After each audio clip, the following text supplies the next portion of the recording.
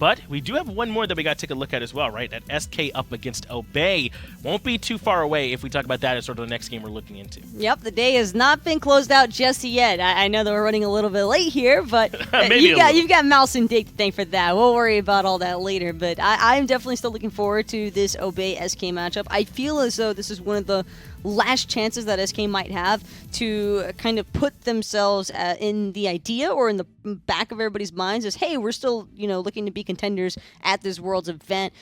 Most people have probably written off SK by now. I still think that there's a little bit of potential in that team that is yet to be harnessed. I think that's true. We say it all the time because, I mean, to be fair, at this point, we're kind of getting the same results from SK, so we kind of don't have much choice. But SK have a lot of talent on the roster. It just has not come to fruition yet in terms of team W's, right? That just hasn't worked out for them. So they've got a chance. They're going to be very likely in the placement stages. I think there's not much chance that they're in the top 2 at the end of this win. So hopefully they can try and regroup there. Obey Alliance, I mean, it's not impossible for this team here, right? Obey have looked strong lately, but if you look at their holistic Season 5, they haven't been perfect. There might be a door open for SK to try and make their way in. Oddly enough as well, I feel like Obey and SK actually share some pretty similar god pools amongst both rosters, so they both I'm kind really of vary, curious. I'm really curious to see who's going to prioritize what, because I feel like on any given day of the week, you could probably just blind select for both sides, and they would probably take very similar gods. Right, even if they didn't know they were up against each other, they might end up kind of picking similar stuff. As we turn our attention over towards Obey, as you highlighted there, Taco, it's been a lot for me on the shoulders of PrettyPriMe. I said this earlier on in Esports Weekly, right, that he's had a bit of a resurgence on some of these immobile mages, on like the Freya's, the Opwashes, the Zeus's, those sorts of things. If Prime can continue to play this well for them, then I think that they are the heavy favorites here in this matchup against SK if they can keep that same kind of performance from him out of the middle lane. For me, I'm keeping an eye out for iRaffer and for Twig. Those two have been the reason why Prime has been allowed to look like such a superstar. And don't get me wrong, Prime's follow-up, you've got to have the mechanics in order to appropriately punish people or just look to help out your team. It's just, I have definitely seen an all-new level of Twig and iRaffer in terms of just synergy and overall them being on the same page. I think that was a big issue that Obey have struggled with since the start of Season 5, and now heading into the latter portion of the year, they seem to really put the picture together. At this point, at this level of competition, everybody's great at pushing the button. Everybody's excellent at it. Everybody's the very best at pushing their buttons, right? What it comes down to is consistency for me. And I think that, I'm glad you brought up iRaffer, that maybe wasn't there for Obey throughout spring and summer, consistently playing week out and week in and win out, the way that we know that he can play at that World Championship level. But here in fall, iRaffer's been there, man. He has been doing what you need from him here in that support role. So you're right. For Prime to look that good, for Twig to look that good, they need iRaffer to play at that same level too, so hopefully he'll be able to execute that for them here up against SK. They're certainly going to need it as we move into Game 1, Obey up against SK. And it'll be Obey with the first pick choice this time around. An interesting place for SK to be in, because I almost feel like this is exactly what SK would have wanted, is to be in that second pick selection. I think that them having the initial counter pick could go a long way, but it will make the initial picks or the initial bans a little bit more awkward. I am a little surprised that Obey are banning out that Freya, since, as you mentioned, they are first pick. Prime, certainly we know that's one that he likes to play, but it looks like they're not pulling any punches. They are banning out lots of good stuff. Baron and Freya already gone. Chernabog already off the table. Now comes the Athena off the table here now as well. That means that we can look towards these junglers. Serket, Naja still being heavily valued at this point. Is Pele going to be making an appearance here? No, it's going to be the Erlong Shen, and why not? This warrior that we often see in the jungle has been pretty strong. I think this is only the beginning, by the way, Finch. We're going to see a lot more jungle Erlang, or a lot more bans directed towards him, at least, as things continue to unravel here. And I'm right there with you. Zeus for Lawbster is a step in the right direction for this team. That's right, and make sure that it's not Zeus for Prime, right, which is a step in the wrong direction if you're on SK, letting them have that pick too. So not only do they get a strong mage of their own right, but they get to take that one away. You might be a little bit worried. Erlong Shen pretty good at sticking to mages already, and Zeus doesn't have a ton of options, except for maybe just kill you and kind of throw his damage at his feet. So we'll see how well Obey are able to deal with that one. But the likes of a Sobek could certainly bring that Zeus right towards Erlong and maybe set him up. At least bring him back down to earth, but I am already concerned. This is a pretty solid front line that's already been formed here for Obey between the Erlang and the Sobek. I like the interrupt potential and the knockup. That's the most important part to me. 3 different forms of knockup already for Obey, and that's probably the best CC in the game because there is no way to cleanse that with your beats, and unless you got your Aegis popped off ahead of time, you're going to be in a world of trouble by the time you land. I love this. They got the Chernobog, the Zeus, and now the Apwash all banned out, trying to limit some of the options here for Prime, push him back away from some of these picks he's been doing really well on here lately, so I love that we're seeing that. Plus, they have Unbots here coming in, which I imagine is for Faeles. That means that maybe his pre-level 5 won't be great, but once he has Fear No Evil, it's not as if you have to be perfect, lights out with it every time. Your team can definitely still work around it as long as the timing is there. SK are trying to take control of the space on the map right now. You've got Fear No Evil, you've got the Zeus Lightning Storm, even a Ataraxia to a certain extent can cover a large portion of the map, or at least a large portion of the jungle whenever teams are looking to try and break away around those tight jungle corridors and stuff. So that'll be really interesting to see how Obey choose to position themselves. But Obey aren't backing down by any means. They're looking to just clash head on with SK and bring pressure of their own. And I like it in the form of Sylvanas. And the Chang'e, so we'll see if they can make it work as Prime is going to select that Discordia. A lot of attention paid to him. They ban away the Vulcan, which is about as pretty prime a ban as you'll ever see. The Apwash, they pick the Zeus. They are trying to limit his God pool. If you get limited down to a Discordia, though, you're still feeling pretty good about yourself, aren't you? I don't even think that it ends there. I mean, there is an entire arsenal of mages that I think Prime could have plugged and played here, but I like the Discordia because Discordia off of the Erlang knockup, once you come back down into the root plus an Unruly Magic, you're just going to get bursted down before you even have a chance to think twice. But look at this. Chang'e comes in for SK. I mean, at this point, I don't know if you want to team fight this SK draft, right? The Fear No Evil, the Lightning Storm from Zeus, the Chang'e as well. Amaterasu with those auras. That is scary when they start grouping up. It'll be close, that's for sure. But I think a lot of it also just depends on how this early game actually shakes up. Because for SK, they don't really have any dominating side lanes. I guess Ataraxia and Braum won't have too many woes in terms of clear, but the Sylvanas was such a smart response from Obey just to make sure that they don't get pressured out entirely on that side of the map. They should certainly still have some pressure there with Sylvanas' AoE autos, but who do you think is going to be able to take this game? Go ahead and vote for us now in the Mixer poll. Obey Alliance, who's been looking a lot better lately, or SK Gaming, who got to try and find a win to try and get into the best possible position moving into those placement stages. We're in the back half of the split now, everybody. The fall split, the most important one, so all these wins matter more than ever. I couldn't agree with you more, Finch, and I'm definitely really looking forward to seeing what they have to offer. Leaning just a little bit towards Obey because of how they've been performing in recent weeks, but you never know what to expect when it comes to SK. That is absolutely the truth. It's so hard to predict what those guys are going to be up to. Let's just get into the action and see what's going on. Casters take it away for Obey against SK. Thanks a lot, John. Thanks a lot, Taco. Great job today on the desk. My name's Tom. I'm here with somebody else. That's me. His name is Aggro. How you doing, buddy? Doing pretty well. Glad to hear it. I figured I would get a much more boisterous response considering who's in the game. The Z-Man? Yeah, Z-Man Senior. That's actually Zeus Man the Third. Well, I say Z-Mon Senior. Like, he's Monsignor Zeus. RT. No, I'm excited to see you here for Lawbster. I think it's interesting that SK kind of dedicate their draft to counteracting what Obey like to do. Whereas Obey seemed to just go in with their plan to pick what they want to pick. I was curious of this Chang'e pick 3rd overall. You let SK ban away 2 high-priority mid laners from you in particular, which is Apwash and Vulcan. Right. Right now, Prime is valuing Apwash higher than Vulcan, which is a sentence I never thought I'd say, but here we are. We'll see how Ataraxia does on this pick, but it doesn't get you lane pressure. And it's not working out right now. Shell has to be expended. SK slowly walking down Obey. Kind of funny to watch that one. SK do take away what Obey kind of want to do here, but Lawbster has never once complained about playing Zeus. That's a pick that works. That is a Lawbster pick as well, right? So a lot of times the conversation is you're taking the pick away from the enemy team, but has that done you a disservice? Right. That by no means, that's not the situation here. SK got 2 for 1. They keep it away from Obey, and they get it for themselves. Lawbster, a great Zeus in his own right. And Faeles, I've been very critical of him, and Hun Bats is one where I back off there. I really like his Hun Bats play. So for SK, mid jungle here is there for me. I honestly, Ryan, I like this draft from SK, and I think they've put themselves in a position to perform with it. I agree. I think this is a very good draft from SK, and that's not something I've said a lot of during Season 5. I think drafting has been a major problem for this SK roster. I think this is the type of draft that you're looking to get against a team like Obey Alliance. It's a good team fighting draft. It controls well. It brings good damage.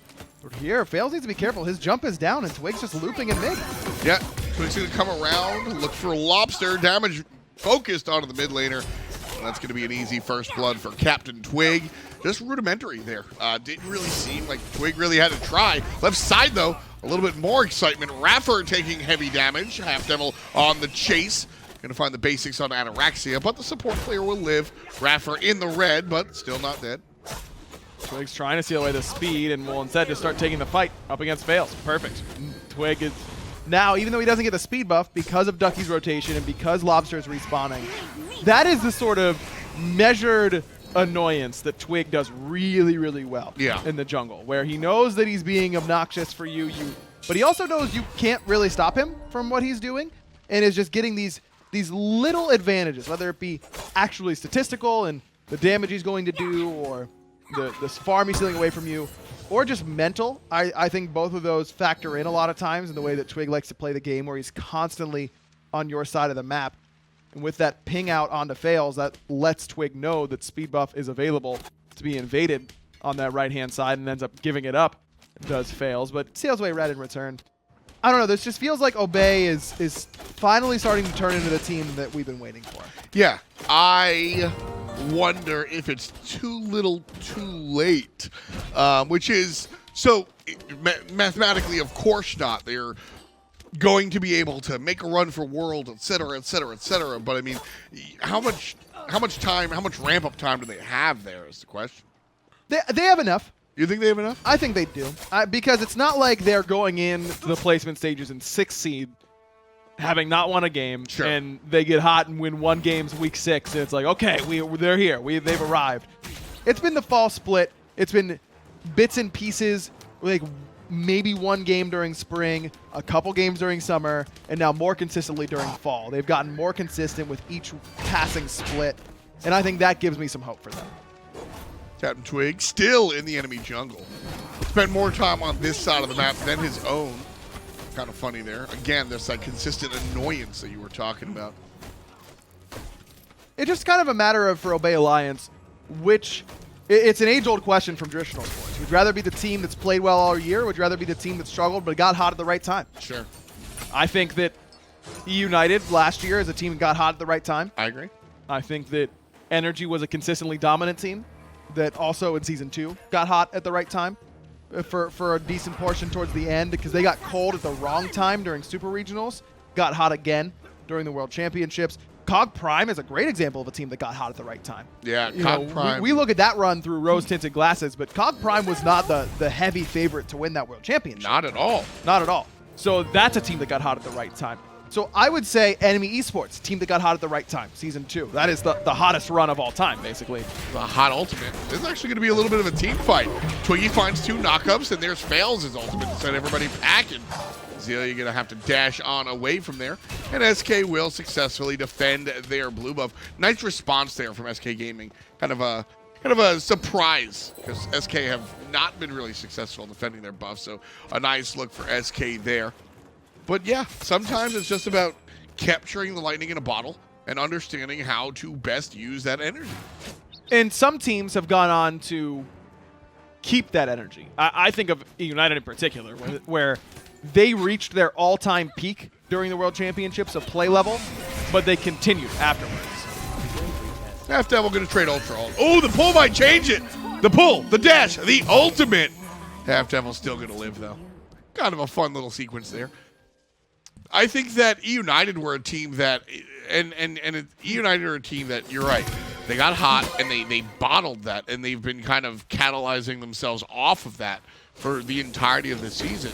I hesitate to say that they are playing above their skill level or they're overvalued, but I think that is closer to the truth that I'm grasping at. I think that they overperformed at Worlds and then did a really, really good job of understanding why they overperformed and why they improved so vastly and so quickly, and then just became that team. What I said the other day was E-United faked it till they made it, and then they made it, and they stopped faking it, and they were just in. That's really what happened to E-United. Was they were just, you know, they weren't as good as they were playing, and then like you said, they just took notes. And I don't mean that as a disrespect to E-United or to discredit. I think it's actually harder to do it that way, right? To not be immediately a great team, to have a couple weeks where you look like a great team, and then to be able to sit down and analyze it and understand why were we great during this stretch. That is always harder than just being great. Usually the one-hit wonder bands disappear. Ultimate coming out from Faeles. Raffler going to be isolated and cut down. Lawbster puts one up for SK Gaming.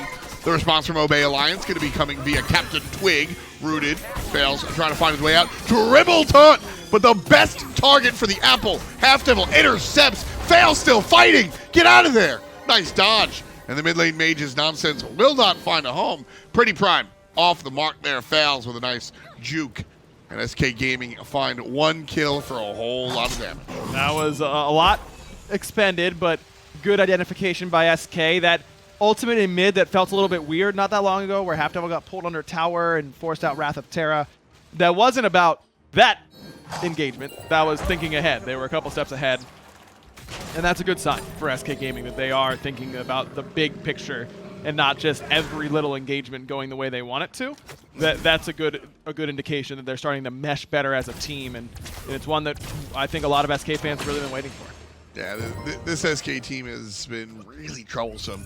Meshing together as a team, just, man, there's been the problem. That's always been the problem, and I don't mean synergy, can these guys play together? I think they can play together. The problem with SK Gaming is lack of consistency across the positions. Faeles will have a good game when Funballer has a bad game. Lawbster will look fantastic when HalfDevil puts up an 0-8, right? And I think that is really what prevents SK from finding the W's, is that very rarely, if ever, are these guys hot at the same time. And that's the biggest problem, I think, for SK Gaming. And that's a competitive mindset sort of thing.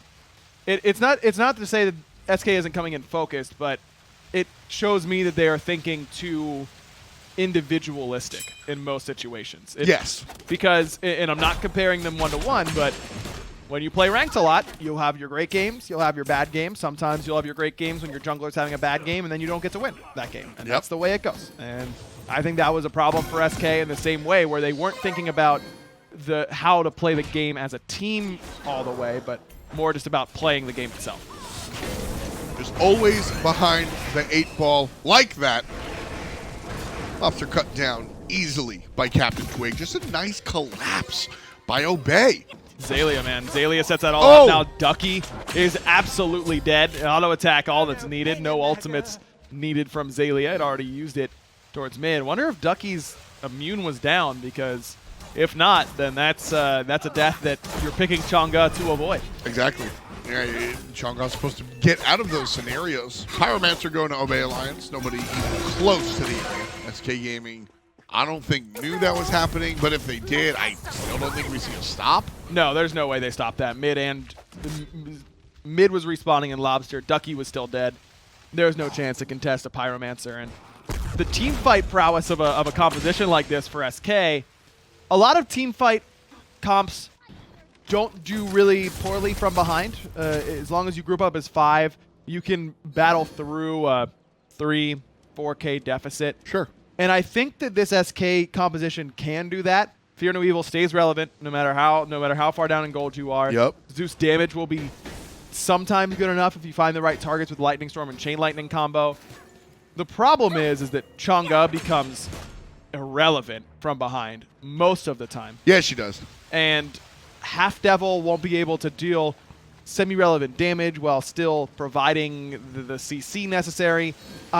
I think that Faeles and Lawbster could be okay in these team fights, but I'm very worried about this Chang'e selection. I am worried, not so much worried, but the Warlock staff on the Zeus is not a bad choice, and I need to preface my statement with that. Warlock staff on Zeus, totally fine in a vacuum, but understanding that this is just going to push Lawbster's power curve later into the game, which is something that SK Gaming might not I don't know if they can tread water that long.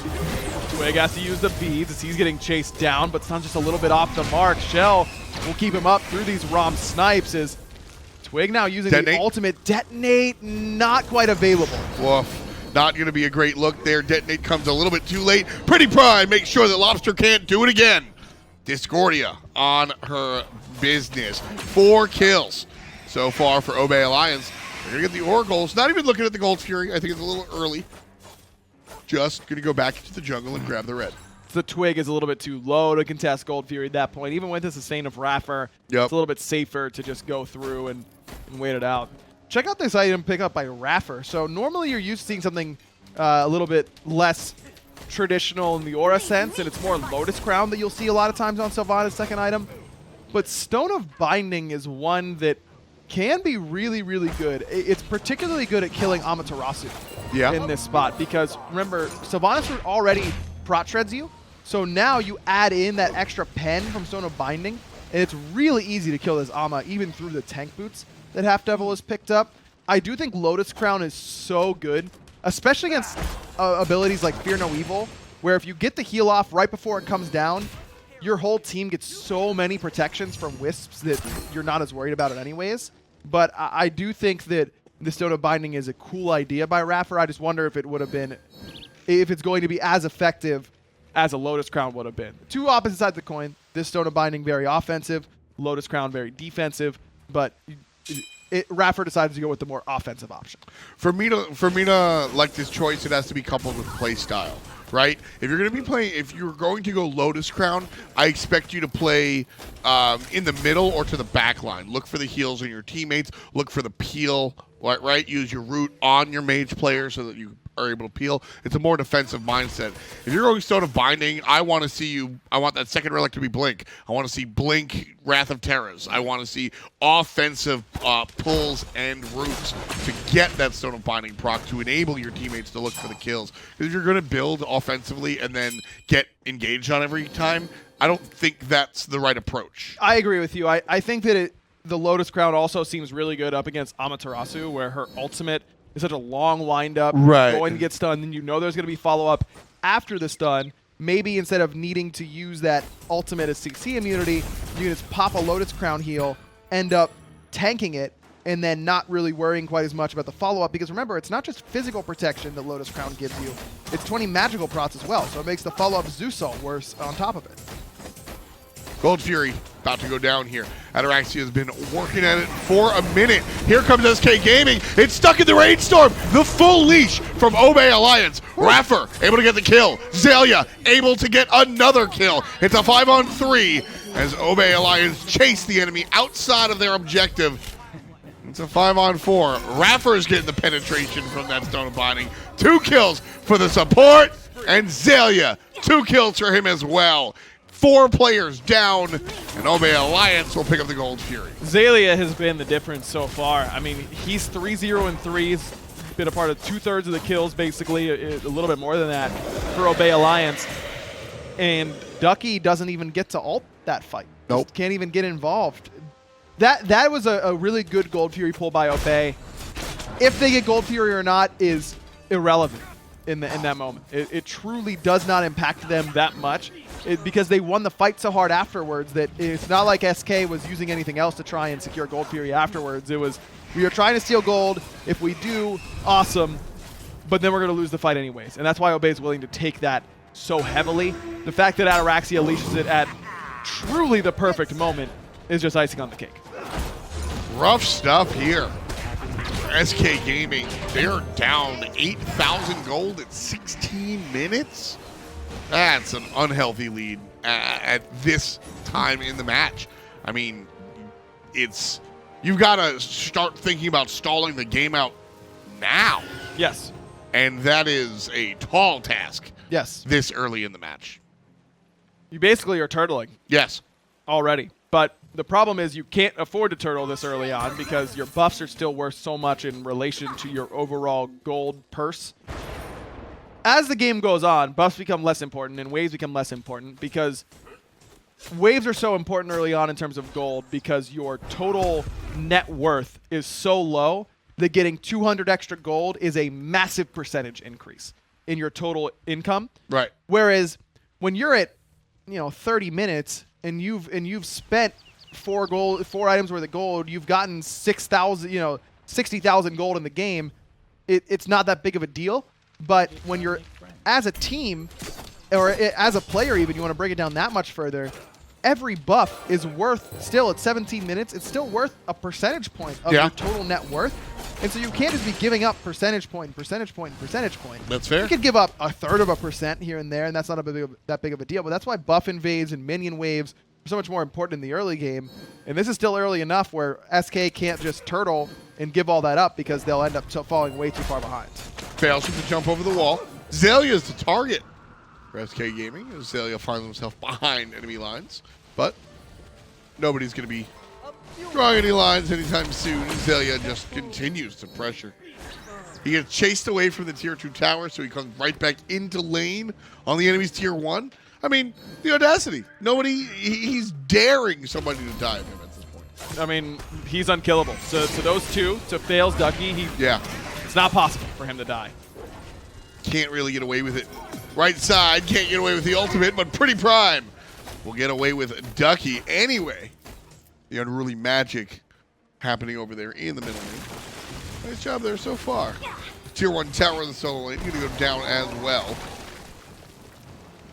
All right. Not a bad look for SK. Obey Alliance, however. Up about 10,000 at the 18.5-minute mark.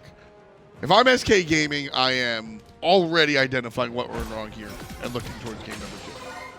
18 minutes is awfully early, but I wouldn't fault you if you were doing that on SK right now. I mean, as I said, their team fight's good later on. Well, it's good right now. PrettyPriMe! Damage from Lawbster's ultimate is good. Of course, comboed off of Faeles' Fear to Evil. So, 1 and 1 combined to take care of. Well, 1. PrettyPriMe out for 38 right now. Only the second kill for SK Gaming in this game. Yeah, but Z-Man's got both. That's true. What a beast. Oh, yeah? Zeus #1. Zeus. Lawbster heading back to base. I want to see where he's building, honestly. It's got to be Pen now. He's got Book. He went the double stack route, which is basically the last thing you ever want to do when behind. Pretty much the worst thing that can happen is you fall behind with a double stack. So think about going for Magi's, and you will indeed commit to going that path. Okay. Must not want to do a lot of damage to the tanks. Can still one-shot squishies with the double stack build. You get enough base power that it's certainly possible, but he's just trying to avoid what's happening to HalfDevil right now. Knocked up and taunted a little bit. HalfDevil trying to escape under the tier 2 tower. Faeles gonna feel that one. Doesn't crit often with this build, at least quite yet. He's got, what, 20% between the 15 from Poison Star, 5 from Hidden Dagger. But when he does, Yep. you feel it. What's that, what is that? There's a commercial that has that sort of like, he doesn't do this often, but when he does. Is that the most interesting man in the world? Yeah. I don't often crit you, but when I do, they're 560 or more. Are you done? More or less. Well, I was listening to the Paladins cast in the break room during that last set, and Rain Day really went off on a commercial like bit. And I thought it was good. Just sang the I'll leave the brand name out of it, but Rain Day just went there. Real man genius. That was a pretty good ad campaign. Thank you, Mr. 2 Catman, or Paladin stuff, right? Right. That was. We salute you. That Double was, stacking Zeus, even though your team is down 12,000 gold. we don't salute that. I do. Do you really? Sometimes. Well, in some ways. Okay. 21.5. We'll reset real quick. 10 kills for Obey, only 2 for SK Gaming. SK Gaming trailing by a very large 13,000 number. And Obey, despite being ahead 12,000 gold, aren't... Okay, there we go. They're doing the stuff. They're taking it slower than they have to. I don't know that that's necessarily true. They're taking it slow, yes, but you kind of have to. Just because, again, you have to respect that burst damage and AoE that SK has, even when they're down by 1 million. Yeah. You also Zeus is still Zeus. You don't have enough items to deal enough damage to burst things down super quickly by yourself, just because you're only 3-4 items deep of your own volition, because it's still so early in the game. So yes, it feels a little bit drawn out, but Obey is just... Obey has lost to SK before, in games where Obey was really far ahead. I think I don't agree. But they have, earlier this year. Obey threw a huge lead against SK. I don't agree. With what? Because now I'm lost. I'm being glib. But really what I'm saying here is I think that this Obey Alliance team is drastically different than the Obey Alliance team you're referencing. I don't think this team lost to SK Gaming. Yes, the roster's the same. You know what I'm getting at. I think this is a different Obey squad, and I don't know if SK can beat I don't know if SK can beat Obey when they're doing it. That was definitely a much different team for Obey in terms of teamwork, understanding one another, talent level at the time, despite the same 5 players. I agree with you. iRaffer looked like a fish out of water in the beginning of the split, or the beginning of the season, rather, and here he looks like a member of the team. Now he looks like Aquaman. To go with a fish out of water, a fish that can't be swimming, versus the best swimmer I could think of. What about that guy? Michael Phelps? Usain? Yes, that's what I meant. Were you Michael Phelps. That's who you're going to say, huh? That's who I started to say, without a doubt. You definitely were not about to say Usain Bolt. No! That's the running man, not Nice. the water man. Yes. Okay, that would be good. Man, I wish I wasn't so quick on saying Michael Phelps. Why, dude? HalfDevil right now, charging up. Not a real initiation, though. CaptainTwig, great positioning. He's going to be pushed, though, into the Phoenix. Great response from Faeles. That was honestly a really smooth move. I'm sorry, I did not expect that response. Faeles with a fantastic answer. That said, the Phoenix still alive for the moment. SK Gaming going to be able to respond. Obey should not be here. But PrettyPriMe just saved the entire team with a single strife. Big strife for sure. But Fear No Evil was down, and Faeles was the only one who got hit by it. So I'm not sure how much follow-up Faeles was really getting without any ultimates on his side. No, I think SK can just chase, run down and chase. They're going to try right now. This is probably their best opportunity, but Ataraxia has both relics. Prime has both relics. Who are you killing quickly enough through those relic usages without your ultimates? That's the problem. Yeah. That's why SK gives up the goose, because if you walk into the teeth of Obey, it's a 4-on-5, and they're still just going to kill you. That was, I'm going to lean on hesitation, kind of screwed that up. I think if SK commit to the chase down, My lord. then they get the stuff. Man, Raxia destroys Funball. Now here comes Raxia, and Ducky's going to be able to take care of him. Hunter for Hunter right now. Fails, doesn't spread the apple. Good job right there. And another Fear No Evil, but this time SK using it defensively as they've got to get on out of here. Lawbster stunned up. Where's the detonate? It's not going to come.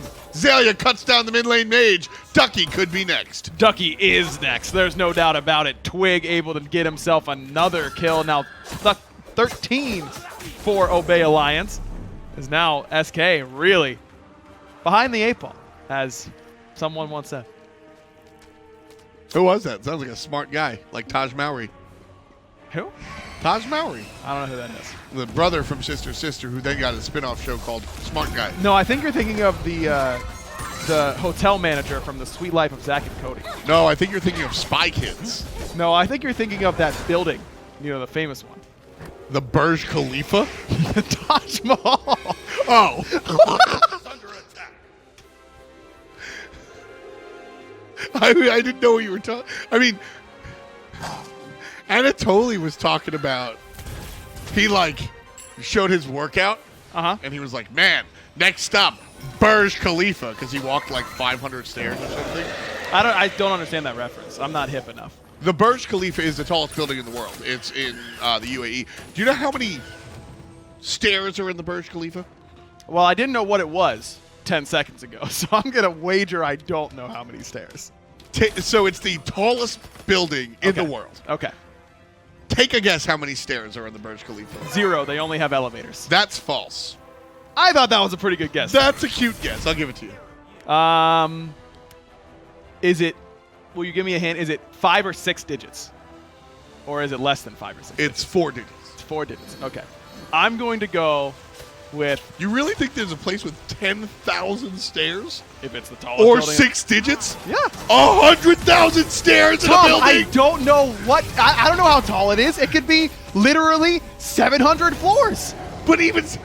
No, it can't! It can't! They could be mini floors. No! They could be floors that are 5 feet apart. No! That have a lot of help. But the stairs... Ryan, you realize that no matter how big the floors are, the stairs will be the same. No, right? those are small stairs too. That's not how that works. Why not? The answer is 2,909. Oh, I was going to guess way more than that. How? How do you exist? I was going to guess like 5,000. No, you said 5 or 6 digits. Well, yeah, once you told me 4 digits, I was going to go like 5K. At some point, you thought there was a place with 100,000 stairs. I thought it could be possible. Obey Alliance. Only right 163 floors? Is that side. it? That's it. I could build a building better than that. Right side Phoenix, SK Gaming trying to defend, but it's going to be like climbing the Burj Khalifa. Obey Alliance have an absorbent lead. And they're just slowly picking away at it. Not really pushing too hard. And I'm sitting here looking at a 20,000 gold lead, questioning why Obey Alliances aren't kicking down the door like it's D&D. Because they tried and it didn't work last time, and for reasons like that, Prime never even gets the Aegis off and he dies to Lawbster's detonate. iRaffer and Xaliea both very low. Ataraxia is doing great work with these auto attacks, and Raxia is going to dash in. He gets himself a double as somehow Xaliea survives. Lawbster gets crit down. It's a triple for Ataraxia. Twig's able to finish it off with the deicide. And SK, what started off as a great defense, ends up being too little too late. Yeah, no, that was Obey just, yeah, like you said, it started as a good offense, but then they realized that, hey, Ataraxia is a full build crit hunter and can just delete the enemy team. Triple kill for the Welshman. And Obey Alliance take this one very, very easily. Without any doubt, really. I mean, from minute one, it was Obey Alliance's game, and that was with, I think, a pretty decent draft from SK. Sure. I thought that the idea was there behind the team composition, but as good as the team composition was, if you're even or ahead, when you're behind, particularly that Chang'e for Ducky, it's very difficult. Twig did a very nice job of consistently being in SK's jungle, particularly on the right-hand side in order to keep Ducky down. If Zeus goes a build that allows him to come online sooner, do we see, because I think the mid game was just, there was no chance, it was a runaway train. Sure. If Zeus gets online sooner, do we see SK kind of have a horse in this race? No, because Solo was too far behind still, and it's too difficult for Lawbster to get over there without missing farm and losing out on his own. I don't think it would have made it any worse. Sure. I don't think the Warlock staff kept Lawbster alive in any particular situation where a traditional build would not have. But I don't think that was the, if we get in the time machine and hop back, and I go back with the knowledge that, you know, it's only 163 floors, I still don't think Lawbster is able to make a difference there.